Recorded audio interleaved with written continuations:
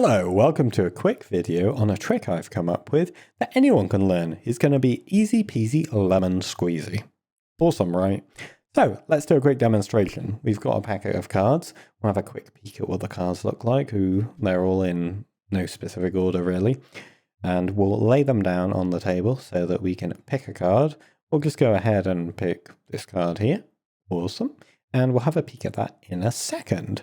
So what we do is we take the card, we have a look, 6 of diamonds, awesome, and we can put it anywhere in the deck. So we'll choose to put it at the back for now, and we'll just sort of square up the deck to get rid of that card. It really is in the deck, and we can give the cards a quick shuffle like so. But we can even go further on the shuffle. We can take half the deck from the top, and we can flip that upside down to sort of create this sort of amalgamation of face up and face down cards. So we'll just bridge shuffle those together, sort of confusing the deck.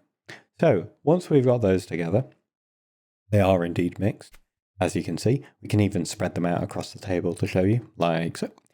And now what we're going to do is a technique called ripping. Now, there's 54 cards in the deck, and we can tear through all of them at once, like so, ripping out the corners, sort of breaking the bonds of the cards. And once we've done so, we've actually ripped all the face-up cards out of the deck. Awesome! So, if we go ahead and spread across the cards, all the cards are the same, apart from, your card, the 6 of diamonds. How awesome is that? So we're using something called a stripper deck to perform this trick. This means the cards have actually been modified in the way they've cut, so that you can actually tell the direction of the card just by feeling the cards. For example, if we go through the deck and pull out a random card, for instance this one, and turn it upside down, it's the 9 of diamonds, we can then square off the cards and we can have a look through to find that card again because the card is different to the other direction of the cards. I can't find it to the right here, so there it is to the left, and we found the 9 of diamonds. We'll flip it back the right way so that we can try and demonstrate the full trick. So here we have the cards. The spectator can pick any card they want, it really doesn't matter. We put their card in, flipped. This means we can find it later.